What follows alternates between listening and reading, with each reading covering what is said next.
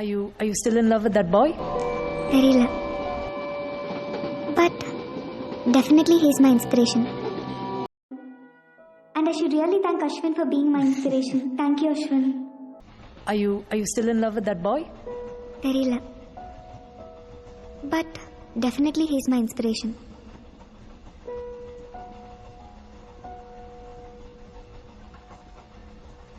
And I should really thank Ashwin for being my inspiration.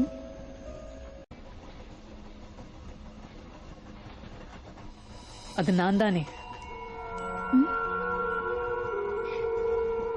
இருக்கலாம்.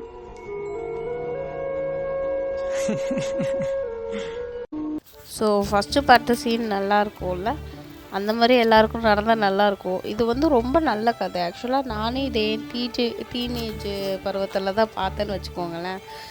இது வந்து ஒரு ஊரில் கமலி ஃப்ரம் நடுக்காவேரி தான் இந்த படத்தோட பேர். வந்து இதுவும் ஒரு அண்டர்ரேட்டட் ஃபிலிம் தான். ஆக்சுவலாக இந்த ஒரு பொண்ணு வந்து ஊரில் இருப்பாள். ஊரில் வந்து அவ்வளோவா சரியாக படிக்க மாட்டாள்.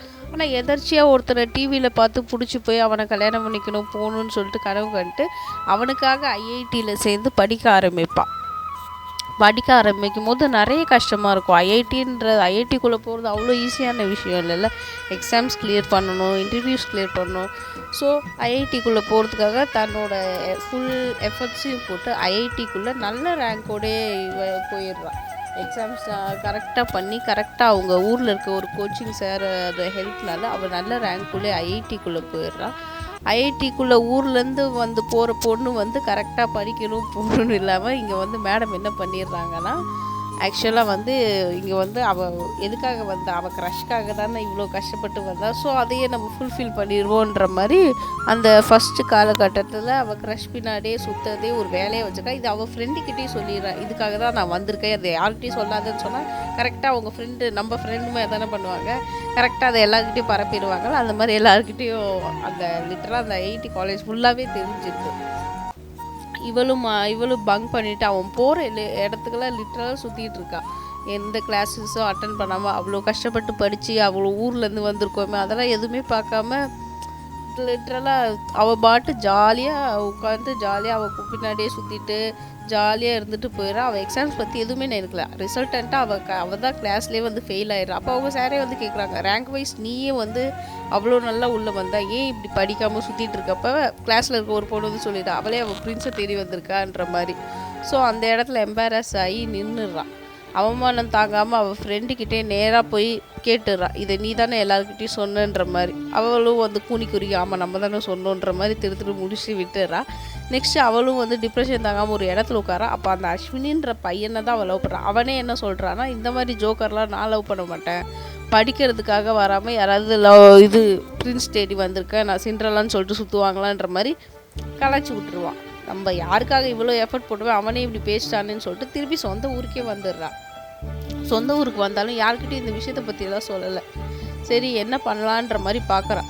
ஆனால் அவளே இன்ஸ்பிரேஷனாக நினச்சிக்கிட்டு நிறைய ஸ்டூடெண்ட்ஸ் வந்து அவங்ககிட்ட பேசுகிறத பார்க்குறாங்க. உங்களால் தான் நாங்கள் ஐஐடியில் சேர்ந்து படிக்கணும்னு நினைக்கிறோம். நமக்கும் சில பேர் இருப்போம்ல, சில அக்காங்க அந்த மாதிரி தான். ஸோ நம்ம ஒரு கட்டத்தில் அவள் கஷ்டமாக நினச்சாலும் அந்த இடத்துல அவளை பெருமையாக நினச்சி நம்ம இனிமேல் படித்து முன்னேறணும்னு சொல்லிட்டு திருப்பி பேக்லாம் கிளப்பிட்டு ஊருக்கு வந்து சேர்ந்துடுறான். இந்த இடத்துல ஃபுல் ஃப்ளெட்ஜாக நின்று படிக்க ஆரம்பிக்கிறா, எல்லாத்தையும் முடிக்க ஆரம்பிக்கிறான். லிட்ரலாக இந்த இடத்துல என்ன கடையில் என்ன சொல்ல வராங்கன்னா, எந்த ஒரு இதையும் நம்ம தேடி போக தேவையில்லை. நமக்கானது நம்ம ப்ரியாரிட்டியாக அத்தியாவசியமாக இருக்கிறத நம்ம கரெக்டாக பண்ணாலே நம்மளை தேடி வருன்ற மாதிரி அவளும் கரெக்டாக என்ன பண்ணுறா, அவளோட பேசிக் இது ஸ்டடீஸ் எல்லாத்தையுமே கவனிக்கிற. லிட்டராக அந்த இதுலேருந்து கொஞ்சம் கொஞ்சமாக மூவ் ஆகுறான். ஆனால் ஒரு காம்படிஷன் வருது. அந்த காம்படிஷனில் வந்து அந்த அஸ்வின்ற அவள் க்ரஷு இவளையும் தான் வந்து டெல்லிக்கு வந்து ஒரு காம்படிஷனுக்கு அனுப்புகிறாங்க. அது ஒரு நேஷ்னல் லெவல் காம்படிஷன். அதில் இவனும் அவளும் போகிறான். நம்ம ஃபஸ்ட்டு ஒரு சீன் பார்த்தோம்ல, நீ இன்னும் அந்த பையனை தான் லவ் பண்ணுறேன்னு இவன் கேட்க இவ தெரியல, ஆனால் அவன் தான் என் இன்ஸ்பிரேஷன்னு சொல்ல அகைன் ஒரு டிவி ஷோலேயும் வந்து சொல்லியிருப்பாள். ஸோ அவனும் இது ரெண்டுத்தையும் சேர்த்து பார்த்துட்டு ஒருவேளை அது நம்மளாக இருக்குமோன்னு சொல்லிட்டு அவனாக அந்த இடத்துல கேட்குறான், அது நான் தானே, உன் க்ரஷ் நான் தானே, எனக்காக தானே இவ்வளோ தூரம் வந்தேன்ற மாதிரி கேட்குறான்.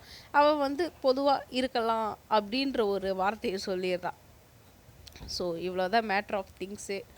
நீங்கள் எதையும் தேடி போகணுன்னு அவசியம் கிடையாது, அதுவாக உங்களை தேடி வரும். அதுக்கு நம்ம கோ வித் ஃப்ளோன்னு சொல்லுவாங்கள்ல, கோ வித் ஃப்ளோன்றது சாதாரணமாக சொல்கிறது கிடையாது. நம்மளோட அத்தியாவசியமாக நமக்கு என்னென்ன பொறுப்புகள் இருக்கோ அதை நம்ம பண்ணிவிட்டு நம்ம வேலையை கரெக்டாக பார்த்தாலே போதும். At the right time at the right person will arrive. இதை தான் எப்பயுமே சொல்கிறது. இவங்க தான் கரெக்டு அவங்க தான் கரெக்டுன்னு இல்லை. ஸோ இந்த படம் எனக்கே ஒரு பிளெஸ்ஸிங்ஸ் தான். ஏன்னா நானும் ஒரு காலத்தில் அப்படி சுற்றிட்டு இருந்தேன். எல்லா பொண்ணுக்கும் ஒரு க்ரஷ் இருக்கும். அதுவும் அந்த ஏஜில், அந்த காலேஜ் படிக்கிற ஏஜில் கண்டிப்பாக ஒரு க்ரஷ் இருக்கும். இல்லாமல் இருக்காது. அப்படி இல்லாமல் இருந்துச்சுன்னா சந்தோஷம். அப்படி இருந்துச்சுன்னா இந்த படத்தை ஒன்ஸ் பார்த்துட்டு அந்த நேரத்தில் நமக்கு படிப்பு முக்கியமா இல்லை இது முக்கியமானு பாருங்கள். ஸோ யாரை வேணால் லவ் பண்ணுங்கள். ஆனால் அந்த நேரத்தில் என்ன தேவையோ அதை பண்ணிவிட்டு பண்ணுங்கள். I'm so sorry guys, N voice கொஞ்சம் இதுவாக இருக்குது. சீக்கிரமாக நல்ல படத்தோடு வரேன். தேங்க்யூ.